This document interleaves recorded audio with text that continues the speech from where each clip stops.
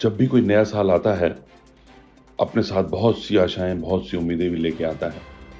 उसी तरह से सन 2023 से भी हमारी जो उम्मीदें हैं, वो यही हैं कि सब तरफ खुशहाली हो, सब लोग स्वस्थ रहें और हर तरफ मंगलमय जीवन हो सबका। और ख़ास तौर से अगर मैं बोलूँ कि पिछले 2 सालों में जो हुआ है, उसको देखते हुए लगता है कि दोबारा से वो लॉकडाउन या वो कोरोना की महामारी की परेशानियाँ लोगों को ना झेलनी पड़ें। क्योंकि वो एक बहुत ही टफ समय था और उसको बड़ी मुश्किलों से लोगों ने झेला और बहुत से लोगों को बहुत सी तकलीफ हुई। तो ये कभी नहीं चाहेंगे कि दोबारा से वैसा ही हो देखना पड़े। और अगर हम सब चाहते हैं कि वो समस्याएँ दोबारा ना आएँ, तो जैसे भी जो भी प्रोटोकॉल हो सावधानी बरतें और डिस्टेंस जो भी मेंटेन करना है या मास्क लगाना है या जिस तरीके से भी गाइडलाइंस आते हैं परिस्थितियों के अनुसार, जो कि 1 जनवरी से उम्मीद है आने वाले हैं, तो उसके हिसाब से हम सब लोग चलें और दोबारा ऐसी समस्याएँ ना आएँ। और जो एक यूथ के लिए जो ख़ास तौर से मैं एक बात कहना चाहता हूँ कि वो जहाँ पे भी हैं, जिस जगह पे भी हैं, अपने आस-पास देखें और उनको आस-पास बहुत सी समस्याएँ मिलेंगी। क्योंकि हमारा देश समस्याओं का देश है और अगर आप किसी एक समस्या का समाधान ढूँढ लेते हैं, तो वो एक बहुत बड़ा अपॉर्च्युनिटी बन जाती है। वो चाहे बिज़नेस अपॉर्च्युनिटी बन सकती है, सोशल रिवॉल्यूशन की अपॉर्च्युनिटी बन सकती है। क्योंकि देखिए पढ़ाई सिर्फ bookish knowledge is not sufficient.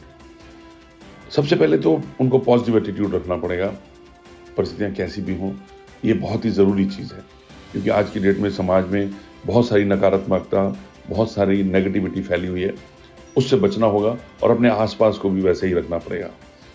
और पढ़ाई का टारगेट जॉब नहीं होनी चाहिए। आज की डेट में जो माहौल है, आप स्टार्टअप शुरू कर सकते हैं, जॉब ढूँढने वाले के बजाय जॉब देने वाले बन सकते हैं। तो मेरा ख़्याल है कि हमें इस तरफ बहुत सोचने की ज़रूरत है क्योंकि हमारे पास युवा हैं, हमारे देश में इतने युवा हैं और सब लोग मिलके अगर इस तरफ प्रयास करेंगे, तो एक तो समस्याएँ खत्म होंगी और बिज़नेस जनरेट होगा और बहुत सारी सोशल रिवॉल्यूशन भी आएगी। और जब खुशहाली होगी, तो चारों तरफ हमारे लिए सबके लिए बहुत अच्छा रहेगा। तो ख़ास तौर से मैं युवाओं को ये कहना चाहूँगा क्योंकि youth is the future of the society और अगर यूथ अच्छे से रहेंगे, अच्छे से काम करेंगे तो बहुत ही बढ़िया रहेगा। ये सभी के लिए बहुत अच्छा रहेगा। Thank you. 23 नववर्ष की मेरी तरफ से आप सबको बहुत-बहुत शुभकामनाएँ। 2023 से हम जो अपेक्षाएँ करते हैं, सबसे पहले तो भगवान से यही प्रार्थना है कि सबका स्वास्थ्य अच्छा रहे, हम सब हेल्दी रहें। हेल्थ के साथ-साथ इकोनॉमिकली इंडिया ग्रो करे, डबल डिजिट ग्रोथ जिसकी हम बात कर रहे हैं। Let 2023 be a year which we witness double growth for India, double digit growth for India. Another thing जो हम 2023 में चाहेंगे that we learn collaborative approach, मिलजुल कर साथ चलना, ऐसी कामनाएँ 2023 के लिए हम कर रहे हैं। अभी पिछली एक इंटरव्यू में श्री मुकेश अंबानी जी ने कहा था कि 2047 में हिंदुस्तान की इकोनॉमी 40 ट्रिलियन की होगी। मुझे लगता है 2023 उस दिशा में एक बहुत इम्पॉर्टेंट साल है। This will become base for Indian economy touch 40 trillion in the year 2047, 100 years when we complete our independence. Make in India, vocal for local are the drives which already we are placing. इन सब का फ़ायदा हमें 2023 में मिले, यही हमारी कामनाएं हैं।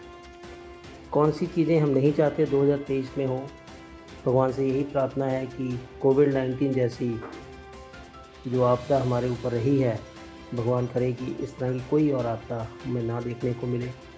इसी तरह से जो युद्ध के वार के बैड इफ़ेक्ट्स हम सब ने झेले हैं, 2023 में भगवान से यही प्रार्थना है कि कोई भी वार की कोई हमारे ऊपर एडिशनल डेंजर ना आए, महामारी ना हो, कोई युद्ध ना हो। यही 2 कामनाएं हैं जो 2023 में हम चाहेंगे ना हो।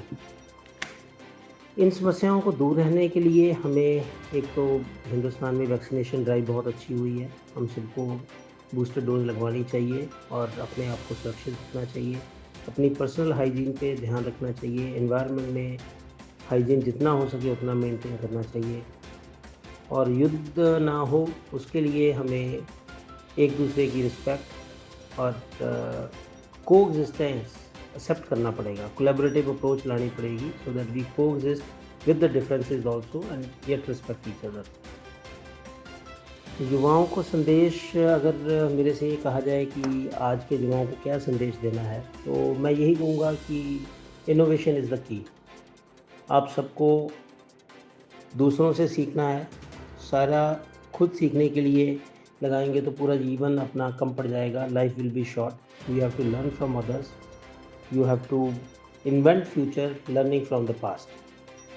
सो young leaders are the key for future of India, and I'm sure Indian growth is safe as our talent pool in form of young leader is very apt and they will make us proud. 2023 यानी नए साल से यही अपेक्षा है कि 2022 में जानवरों के खिलाफ हिंसा के जो मामले हमने देखे वो 2023 में देखने को ना मिले। बीते साल ऐसी कई घटनाएं सामने आई जिसने सोचने पर यह मजबूर कर दिया था कि क्या इंसानियत आज भी जिंदा है, क्या लोगों में संवेदनाएं जिंदा हैं। पिछले साल हमने देखा कहीं किसी बेजुबान को फांसी पर लटका दिया गया, किसी को कुचल दिया गया, किसी पर एसिड अटैक किया गया। इस तरह की घटनाएं पहले देखने में नहीं मिलती थी। इसके मुझे लगता है दो जो है वो प्रमुख कारण है। एक तो कानून हमारे यहाँ बहुत ज्यादा कमजोर है और मीडिया ऐसी बातों को ज्यादातर फैलाता है, डॉग बाइट के मामलों को ज्यादातर फैलाता है, लेकिन जानवरों के साथ जो हिंसा होती है उस मामले पे पूरी तरह से खामोश हो जाता है। जो लोगों को, खास करके ऐसे लोगों को जो हिंसा करना चाहते हैं, उनको मौका मिलता है, वो इन चीजों को ज्यादा इजिली कर पाते हैं। तो यही चाहेंगे कि 2023 में सरकार एक ऐसा कानून लेके आए कि बेजुबानों के खिलाफ हिंसा करने वालों से सख्ती से निपटा जा सके, लोगों में कानून का भय हो, डर हो। निश्चित तौर पर डॉग बाइट की घटनाएं थोड़ी बड़ी हैं, लेकिन उसके पीछे कोई ना कोई कारण तो होगा। बिना किसी कारण के ऐसा संभव नहीं है कि अचानक से कुछ चीज सामने आ जाए। अगर मैं हिंदू धर्म की बात करूं तो खास तौर पर ये हमें बचपन से ही सिखाया जाता है कि पहली रोटी गाय की होती है, दूसरी कुत्ते की होती है। तो आप देखें, अगर आज के माहौल में जानवर, खास करके कुत्तों को रोटी देना एक पाप सा हो गया है। लोग नहीं देते, उनके यहाँ खाना बचता है, बिक जाएगा, लेकिन वो जानवर खासकर कुत्तों को नहीं देते। और जो लोग कुत्तों को फीड कराते हैं, खाना खिलाते हैं, आज के समय में वो सबसे बड़े जो है दुश्मन है समाज के। मुझे लगता है कि यदि हम अपनी संस्कृति पर वापस लौटें, बेजुबानों का भी ख्याल रखें, उनके खाने, उनके पानी की व्यवस्था करें, अपनी जिम्मेदारी समझें, तो इस तरह की जो समस्या है वो नहीं आएगी। क्योंकि आक्रामकता जो है वो भूख से ही पैदा होती है। इंसान भूखा होगा तो वो चोरी करेगा, डाका डालेगा, और अगर कुत्ते भूखे होंगे तो कहीं ना कहीं उनका अग्रेशन निकलेगा। तो अगर हम उनके खाने पानी की व्यवस्था करते हैं तो ये समस्या निश्चित तौर पर दूर हो सकती है। जहाँ तक बात युवाओं को संदेश देने की है तो बस यही कहना चाहूंगा कि बेजुबानों के प्रति थोड़ा संवेदनशील बनिए, संवेदना दिखाइए। ये हमारी संस्कृति का हिस्सा है और अगर हम इनको नहीं संभालेंगे तो फिर कोई दूसरा संभालने नहीं आएगा। और युवा जो है इस देश का भविष्य है। अगर वो इस बारे में गंभीरता से सोचेंगे, कुछ अच्छे कदम उठाएंगे तो बाकी लोग भी उनको फॉलो करेंगे। नववर्ष भारतीय हो, अंग्रेजी हो, चीनी हो, आते हैं चले जाते हैं, पर यदि हमारे भीतर कुछ नया घटित नहीं होता तब तक नववर्ष के कोई मायने नहीं हैं। नववर्ष ऐसा हो कि हमारे भीतर भी कुछ नया घटित हो जाए। जहाँ तक अपेक्षाओं की बात है तो जीवन भर तो चाहतों में, अपेक्षाओं में घिरे रहे, तो काश के एक वर्ष ऐसा भी हो, एक नया आरंभ हो कि हम चाह रहित हो जाएं और जीवन का आनंद चाहतों से बाहर निकल करके ही लिया जा सकता है। समस्याओं के लिए तो शास्त्र भी कहते हैं कि दुखत्रह निवृत्ति स्वरूपानंद वाप्तिश्च। हम सब सुखी होना चाहते हैं, दुखों से निवृत्ति चाहते हैं। और फिर जब सुख की बात आई तो कहा पहला सुख निरोगी काया, यानी रोगी शरीर सबसे बड़ा दुख है, क्योंकि रोग तन के भी होते हैं, मन के भी होते हैं। तो प्रयास ये करें कि नव वर्ष पर हम सब स्वस्थ रह सकें और उसका समाधान योग में छिपा है। योगमय जीवन जी करके हम सभी स्वस्थ भी रह सकते हैं, सुखी भी रह सकते हैं। योग मात्र कसरत नहीं है। यम, नियम, आसन, प्राणायाम, प्रत्याहार, धारणा, ध्यान, समाधि, क्या भोजन करें, कैसे खाएं, कैसे जिएं, कैसा व्यवहार हो, कैसा आचरण हो, ये सब योग के अंतर्गत आता है। योगी बने, उपयोगी बने। युवाओं के लिए तो बस यही संदेश कि जो ये नहीं जानता कि मैं आया कहाँ से हूँ, वो ये भी नहीं जान सकता कि मुझे जाना कहाँ है। अपनी जड़ों को जाने, अपनी संस्कृति को जाने, तभी जीवन में इतना आत्मविश्वास आएगा कि जो चाहे वो प्राप्त कर सकते हैं। नव वर्ष की बहुत बहुत शुभकामनाएं। योगी बने, उपयोगी बने, सहयोगी बने, निरोगी बने। सबसे पहले मैं देशवासियों को नए साल की तहे दिल से, दिल की गहराइयों से बहुत बहुत मुबारकबाद पेश करता हूँ। बहुत शुक्रिया, बहुत अच्छा सवाल आपने किया। जीवन से सकारात्मक अपेक्षाएं हमेशा रही हैं और रहती हैं। साल 2023 बेहतर हो और चारों तरफ उन्नति देखने को मिले, कामयाबी हर स्तर पर देखने को मिले, अर्थव्यवस्था के मोर्चे पर कामयाबी मिले, जिससे देश में ज़्यादा से ज़्यादा लोगों का जीवन स्तर बेहतर हो। एक शिक्षक के तौर पर हर साल की तरह इस साल भी यही कोशिश रहेगी कि जो जानकारी मेरे पास है या जो तजुर्बा मेरे पास है उसे अधिक से अधिक लोगों तक पहुंचा सकूं। शिक्षा, इल्म सबसे मजबूत हथियार है। हर समस्या, हर चुनौती का सामना करने के लिए अपेक्षा यही है कि उस शिक्षा का प्रसार देखने को मिले और पढ़े लिखे लोगों की संख्या में इजाफा हो। और ख़ास तौर पे मेरी ये उम्मीद है और कोशिश भी है कि जिनके पास इल्म की रोशनी नहीं पहुंच पा रही है दूर दराज के इलाकों में, उन लोगों में जो बच्चे महरूम हैं किताबों से, इल्म की रोशनी से, उन तक रोशनी पहुंचाने का काम मैं करूंगा।